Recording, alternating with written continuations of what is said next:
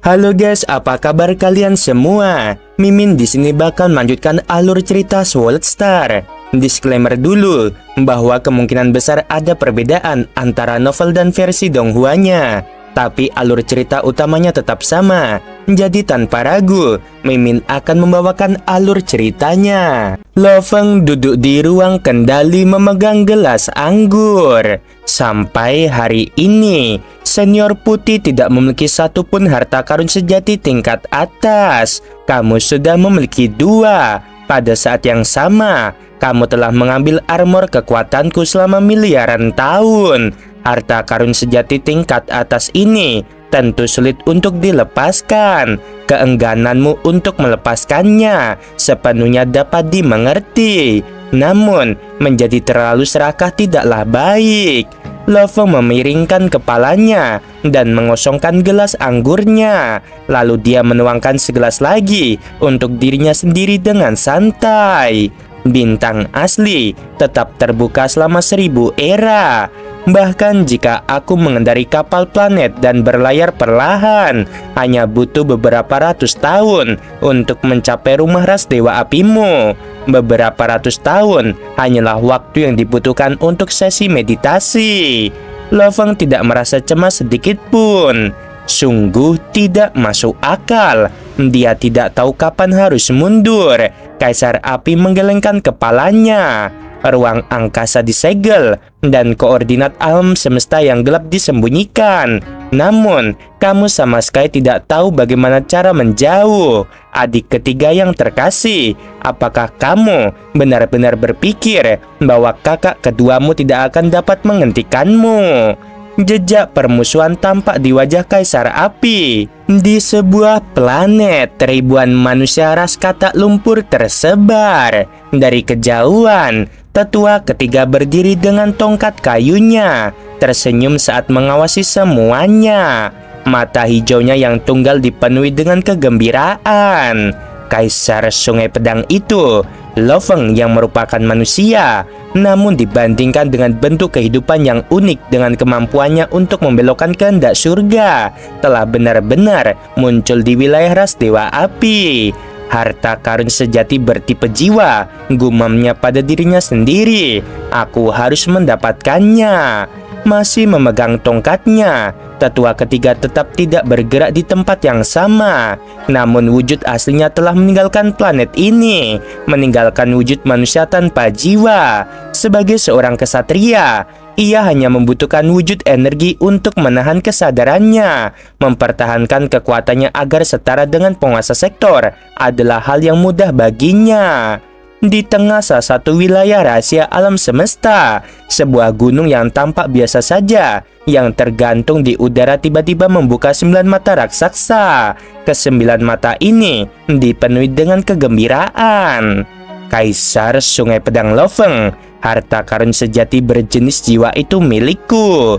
Setelah itu, gunung itu lenyap dalam sekejap mata. Saat beberapa makhluk tertinggi umat manusia mendengar berita ini, terjadi reaksi yang meledak-ledak dalam hitungan menit. Mengapa Lo Feng pergi ke wilayah ras Dewa Api? Apakah dia bosan hidup? Berita yang menyebar seperti api bermula di alun-alun terbuka dunia kemuliaan yang dikenal sebagai pusat distribusi berita papan atas. Di sanalah para pewaris kekuatan super alam semesta berkumpul. Jadi, hanya masalah waktu sebelum semua orang mengetahui berita ini. Sekarang, kamu benar-benar telah keluar, kata Kaisar Cermin, dan kamu bahkan berhasil mencapai wilayah ras Dewa Api. Sekarang bintang asli akan segera dibuka. Ada banyak kesatria kekurangan harta karun sejati atau menemukan bahwa harta karun sejati milik mereka kekurangan kekuatan. Namun, kamu memilih untuk muncul tiba-tiba di wilayah ras Dewa Api. Kamu sedang mencari ajalmu sendiri. Para makhluk tertinggi dari berbagai ras di alam semesta memiliki lingkaran teman dekat. Mereka semua mendengar berita itu dan datang ke wilayah ras Dewa Api dalam waktu singkat. Ras Dewa Api memiliki 3 istana kosong yang dikelilingi daratan. Di istana utama, cahaya merah samar muncul. Sosok tunggal berjalan sambil berseru dengan nada agak hormat. Kaisar Api, sosok tinggi di pintu masuk istana, tersenyum sambil berkata, "Bafeng, alasan aku memanggilmu ke sini adalah karena Kaisar Sungai Pedang Lofeng, Kesatria Bafeng, adalah salah satu kesatria dari aliansi 9 wilayah. Bentuk tubuhnya menyerupai tiang bambu, sementara tengkoraknya persegi. Bafeng mungkin memiliki kekuatan yang dianggap rata-rata jika dibandingkan dengan kesatria pada level yang sama. Tetapi ketika diadu dengan yang lemah, dia sangat hebat." Kesatria Bafeng tampak sedikit tidak yakin. "Aku baru saja mendengar kabar. Rupanya Kaisar Sungai Pedang Lofeng telah muncul di wilayahmu." "Ya," Kaisar Api mengangguk. "Coba lihatlah. Ini adalah kapal planet milik Kaisar Sungai Pedang Lofeng." "Apa maksudmu?" kata Kesatria Bafeng dengan bingung. "Seperti yang kamu tahu, aku berasal dari ras manusia," kata Kaisar Api. "Berurusan dengan orang ini, aku tidak ingin melakukannya sendiri. Jadi kamu yang akan melakukannya." "Aku mengerti," kata Bafeng sambil mengangguk berulang kali. Kesatria Bafeng telah berumur panjang. Dia tahu tentang peristiwa beberapa tahun lalu ketika Kaisar Api mengkhianati ras manusianya sendiri. Peristiwa itu telah menjadi berita yang menggemparkan di alam semesta pada masa itu. "Jangan khawatir, wahai Kaisar Api," kata Kesatria Bafeng dengan percaya diri. Kaisar Api hanya mengangguk. "Aku tahu kamu punya caramu sendiri." Kesatria Bafeng sangat ahli dalam menghadapi orang-orang lemah. Itulah sebabnya Kaisar Api memanggilnya. "Kaisar Api, kamu tinggal memberi perintah dan aku akan segera bertindak, menghabisi atau menangkap hidup-hidup sesuai perintahmu." "Tentu saja menghabisinya," kata Kaisar Api. "Baiklah," sahut Kesatria Bafeng yang berdiri di belakang Kaisar Api yang menjulang tinggi dengan patuh. Di kapal planet biologis, Lofeng duduk dengan gelas anggur di tangannya. Pikirannya masih terhubung dengan alam semesta virtual. Kaisar Seribu Hujan adalah orang pertama yang menghubungi Lofeng melalui dunia virtual. Wajahnya dipenuhi kekhawatiran. "Jangan khawatir," jawab Lofeng. Lofeng memutuskan jalur komunikasi dengan Kaisar Seribu Hujan, tetapi di belakangnya ada panggilan dari Kaisar Caman, Kesatria Truyan, dan bahkan Kesatria Saya Berdarah yang juga menghubunginya melalui alam semesta virtual. Jelas, mereka semua pasti sudah mendengar berita itu dan menganggapnya sebagai kematian bagi Lofeng. Siapapun dapat menebak bahwa makhluk tertinggi dari seluruh penjuru alam semesta pasti akan berkumpul untuk memburu Lofeng. Kaisar Api berdiri di istana utama dengan mata terpejam. Ia menyisihkan sebagian pikirannya untuk merasakan riak ruang di sekitar pesawat ruang angkasa milik Lofeng. Setiap pria akan membuatnya waspada. Kaisar Api terlalu memikirkan manusia itu, pikir Kesatria Bafeng. Dia adalah Universe Master tingkat atas, dan dia tidak perlu mempermasalahkan manusia itu. Namun, Kesatria Bafeng masih berdiri di belakang Kaisar Api dengan tenang dan penuh hormat. Kaisar Api tiba-tiba membuka matanya. Tiba-tiba, pesawat ruang angkasa biologis itu berhenti. Lofeng terbang keluar, diselimuti cahaya hijau yang kabur. "Teleportasi negara dewa." Kaisar Api terkejut.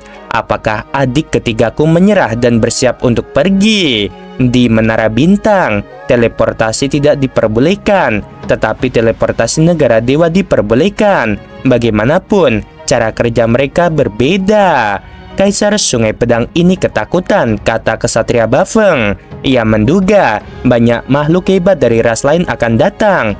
Jadi ia berencana untuk lari kembali ke wilayah manusia dengan teleportasi negara dewa. Lebih baik baginya untuk melarikan diri dengan selamat. Kaisar Api berbisik sambil menyeringai.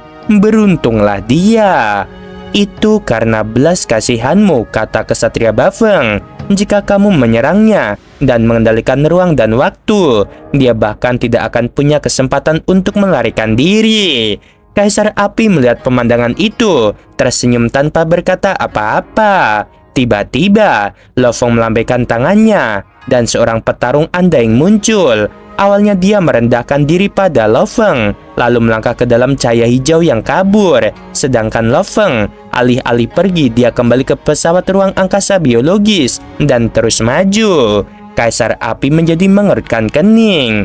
Mengapa dia mengirim seorang budak? Kesatria Bafeng pun kebingungan.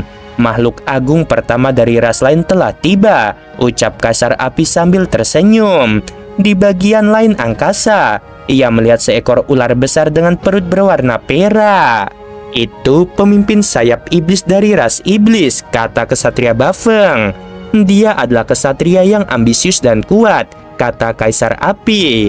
Tiba-tiba, dia melihat ke arah lain dan melihat seorang tetua dari ras katak dengan tongkat hitam. Tetua itu juga merasakan tatapannya, dan dia membungkuk sedikit untuk menunjukkan rasa hormat terhadap Kaisar Api.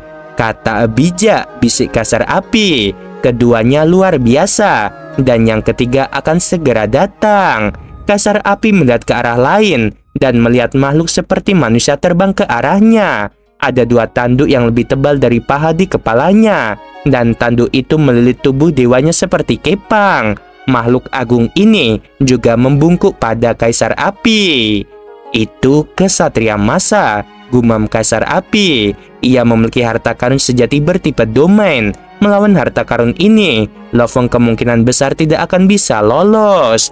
Kesatria Bafeng berkata, pemimpin sayap iblis, kata bijak, dan kesatria masa, semuanya adalah makhluk tertinggi yang terkenal di alam semesta. Dengan keterampilan yang luar biasa, akan sulit bagi Kaisar Sungai Pedang untuk melarikan diri dari mereka bertiga. Berita yang disebarkan Kaisar Api telah diketahui seluruh jagat raya. Karena sudah sangat terkenal, para kesatria biasa tidak berani ikut campur. 3 orang pertama yang datang semuanya adalah kesatria yang kuat. Pesawat ruang angkasa biologis melambat dan berhenti. Segel ruang angkasa itu hilang. Lo Feng berdiri di ruang angkasa dan melihat kabut yang menyelimuti. Mengapa senior keduaku menghentikan segel ruang angkasa itu? Lo Feng memejamkan mata dan mulai merasakan sekelilingnya. Tubuh musanya dapat merasakan ruang angkasa dan juga para kesatria. Ia mengamati ke arah ras Dewa Api dan dapat merasakan dengan jelas bahwa riak ruang angkasa sejauh 100 tahun cahaya di sekelilingnya telah berhenti. Bukan berhenti, ia menyadari, melainkan menyusut. Tidak peduli apa yang telah kamu lakukan, kamu telah menyelamatkanku selama 100 tahun. Lo Feng melambaikan tangannya dan mengambil kembali pesawat ruang angkasa biologis itu. Dia memindahkan dirinya sendiri. Bagi para kesatria, mereka hanya mampu merasakan riak teleportasi yang berjarak 1000 tahun cahaya di dekatnya. Itu pasti dia. Pemimpin sayap iblis menggoyangkan sayap dan ekornya, lalu berteleportasi ke arah Lo Feng. Tepat saat Lo Feng terbang ke area tertutup, pemimpin sayap iblis muncul dan melihat bayangan di kejauhan. Pemimpin sayap iblis terbang maju. Lo Feng terus terbang di wilayah rahasia dengan kecepatan mendekati cahaya dan melihat kembali ke pemimpin sayap iblis yang mengejarnya. Kamu tidak akan bisa menangkapku, kata Lo Feng sambil melirik. Alih-alih mengkhawatirkannya, Lo Feng terus terbang. Ia telah mencapai kecepatan tercepatnya. Domain hukum. Pemimpin sayap iblis tiba-tiba menggunakan domain hukum. Dan semua yang berada dalam radius 60 juta mil di sekitarnya terperangkap dalam domain hukum waktu, termasuk Lo Feng. Lo Feng membakar kekuatan dewanya dan mempertahankan kecepatannya. Domain hukum sederhana tidak ada gunanya, kata Lo Feng kepada pemimpin sayap iblis di belakangnya. Tiba-tiba, 2 riak kuat muncul yang mengejutkan dan membuat Lo Feng ketakutan. 3 kesatria mengejar Lo Feng. Namun, tidak satu pun dari mereka yang dapat berteleportasi ke area tertutup tersebut. Katak dan sayap iblis, ini adalah area tertutup. Kesatria masa tertawa terbahak-bahak. Domainmu hanya mampu mempengaruhi Kaisar Sungai Pedang. Itu tidak cukup untuk menjebak dan menghabisinya. Sepertinya akulah yang beruntung, dan harta karun sejati berjenis jiwa itu akan menjadi milikku. Sialan, gerutu pemimpin sayap iblis. Dia sangat marah. Masa, harta karun itu milikku. Di bawah kendali kesatria Masa, setiap butir pasir bersinar dan melesat ke arah Lo Feng. Dan kekuatan mereka terus bertambah saat mereka berkumpul. Mereka membentuk pusaran pasir raksasa dan melesat menuju Lo Feng. Kaisar Api menyaksikan apa yang terjadi ratusan tahun cahaya jauhnya, mengira bahwa segalanya berada di bawah kendalinya. Sementara itu, Lo Feng menatap pusaran pasir raksasa yang mengelilinginya. Tingginya ratusan mil dan pasirnya tebal dan padat. Tubuh Musa, kata Lo Feng sambil memegang batu di tangan kirinya. Batu itu lenyap dalam sekejap mata. Pusaran pasir raksasa itu menyelimuti Lo Feng. Dalam sekejap, dia hancur berkeping-keping. Saat berikutnya, dia dicekik sampai mati tak bernyawa. Kesatria Masa diliputi kegembiraan, mengantisipasi apa yang akan diperolehnya saat ia berhasil mendapatkan harta karun sejati. Kesatria Masa mengeluarkan raungan melengking dan ganas. Di mana harta karun sejatiku? Tidak peduli seberapa jauh ia menjelajahi pasir, tidak ada satupun harta karun sejati yang dapat ditemukan. Di kejauhan, sosok seorang pemuda berbaju sirah emas muncul. Pemimpin sayap iblis dan katak bijak juga menoleh. Kesatria Masa menatap Lo Feng yang jauh dengan tak percaya.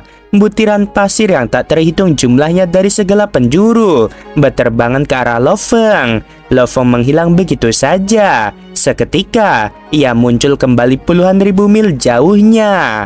Lo Feng melesat dengan kecepatan yang luar biasa. Dalam sekejap mata, dia sudah berada ribuan mil jauhnya. Ini bukan teleportasi, ini adalah teknik bakatnya, kata bijak berkata dengan sedikit cemberut. Ini adalah teknik bakat tipe ruang angkasa. Domain kita dalam masalah. Melihat Lo Feng melarikan diri hanya dengan satu teknik domain sudah cukup untuk membuat kesatria Masa merasa tidak berdaya. Kesatria katak bijak bersama kesatria pemimpin sayap iblis melaju cepat dan mencapai kecepatan cahaya. Keduanya memasuki alam semesta yang gelap dan pergi. Meskipun kesatria Masa adalah kesatria yang agung dan perkasa, kali ini dia hampir saja memperoleh setidaknya 6 harta karun sejati, seperti harta karun sejati tipe jiwa dan harta karun sejati istana terbang. Dan semuanya tiba-tiba menjadi sia-sia. Kontrasnya terlalu menyakitkan dan membuat kesatria Masa tak tahan. Di istana utama ras Dewa Api, kesatria Bafeng berhati-hati untuk tidak mengucapkan sepatah kata apapun. Pada saat itu, dia tahu Kaisar Api sedang mendidih karena marah. Kaisar Api menatap angkasa dengan tatapan dingin. Riak-riak gambar muncul untuk menunjukkan kemajuan Lo Feng saat ia mengandalkan teknik bakat domainnya. Baiklah, saudara adikku tersayang, aku telah meremehkanmu, pikir Kaisar Api. Kaisar Api, apa yang harus kita lakukan sekarang? Kesatria Bafeng akhirnya angkat bicara. Apakah kamu punya cara untuk menghabisinya? Tanya Kaisar Api. Jika dia bersikeras melarikan diri, tidak mungkin aku bisa menghentikannya, kata kesatria Bafeng sambil menggelengkan kepalanya. Teknik bakat domain ini hanya bisa dimiliki oleh beberapa makhluk hidup unik yang memiliki kemampuan bersembunyi dan melarikan diri yang hebat. Konon, dalam ras Musa, hanya segelintir yang memiliki kekuatan seperti itu. Meskipun makhluk hidup ini tidak memiliki kemampuan bertarung yang luar biasa, kemampuan bertahan hidup mereka cukup kuat. Tunggu dulu, kata Kaisar Api. Ia menatap ke angkasa. Saat ini, ada aliran makhluk-makhluk hebat dari ras lain yang terus-menerus menuju ke sini. Ada kesatria senior dan banyak lagi. Siapa tahu, mungkin ada seseorang yang mampu menghentikan Kaisar Sungai Pedang. Di wilayah rahasia, Lo Feng mengerahkan seluruh bakat teknik domainnya untuk beberapa waktu. Lalu ia menaiki kapal planetnya dan terus melaju. Senior kedua, Saat kamu menyegel ruang dan menyembunyikan koordinat alam semesta yang gelap, aku menebak niatmu. Jadi sebelumnya, aku mengatur seorang pelayan untuk membawa banyak harta karunku kembali ke wilayah manusia dengan kedok tubuh binatang bertanduk emasku, tubuh asli manusia, tubuh Musa, dan tubuh laut terpencil. Ketiga tubuh ini tidak memiliki satupun bagian harta karun. Bahkan jika mereka gagal, paling-paling aku hanya akan membuang sedikit energi. Lo Feng mencibir. Dia bukan orang bodoh. Mengetahui bahwa Kaisar Api tidak akan menyerahkan armor kekuatan dengan mudah. Tidak mungkin dia akan mempertaruhkan harta karunnya seperti mutiara menara dan sayap sawu. Setelah mengetahui bahwa tubuh binatang bertanduk emasnya telah membawa harta karunnya kembali ke wilayah manusia, Lo Feng mampu menghadapi semua rintangan tanpa khawatir. Kali ini, aku telah mengungkapkan kartu andalan terbesarku untuk melarikan diri, yaitu teknik bakat domain. Lo Feng menyipitkan matanya. Guruku pemimpin kota primal pernah berkata bahwa teknik domain ini hanya kalah dari keterampilan para Universe Master. Jika tidak, peluang untuk melarikan diri hampir 100%. Sekarang setelah aku mengungkapkan teknik ini, aku harus mendapatkan armor kekuatan. Lo Feng telah menjelajah jauh ke dalam wilayah ruang tertutup, sehingga makhluk-makhluk hebat lainnya tidak mampu mengimbanginya. Jadi Kaisar Api mempersempit wilayah ruang tertutup sejauh 100 tahun cahaya. Dengan cara ini, yang lain akan dapat mengejar Lo Feng dengan mudah. Kesatria Pei Feng sangat marah setelah mengetahui tentang domain. Dia berani meremehkanku saat itu. Dia bahkan tidak melakukan teknik itu saat aku menyerangnya. Dia bahkan tidak bertarung dengan sekuat tenaga. Di tempat lain, Kaisar Cermin merasa jengkel setelah menyadari hal ini. Ia meraung begitu keras hingga dinding kamarnya retak. Sementara ras lain terkejut. Ras manusia justru gembira. Teknik bakat domain diberikan oleh alam semesta dan tidak dapat diperoleh hanya dengan latihan saja. Kaisar Sungai Pedang akan mampu bertahan lama dengan teknik ini. Selama dia tidak bertemu dengan Universe Master manapun, dia akan mampu bertahan hidup. Melalui alam semesta virtual, Lo Feng mengetahui tentang diskusi di luar, yang membuatnya semakin menyadari bahwa satu-satunya cara untuk mendapatkan rasa hormat dari makhluk hebat lainnya adalah dengan kekuatan.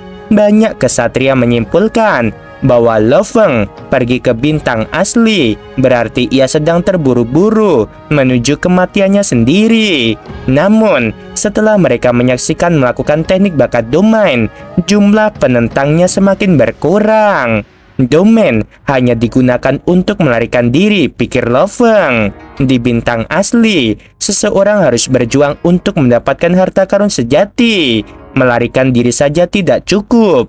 Armor kekuatan, aku harus memilikinya. 10 tahun kemudian, di puncak Pulau Guntur berdiri pemimpin kota primal. Lo Feng, bintang asli akan dibuka besok. Ku dengar kamu juga akan pergi.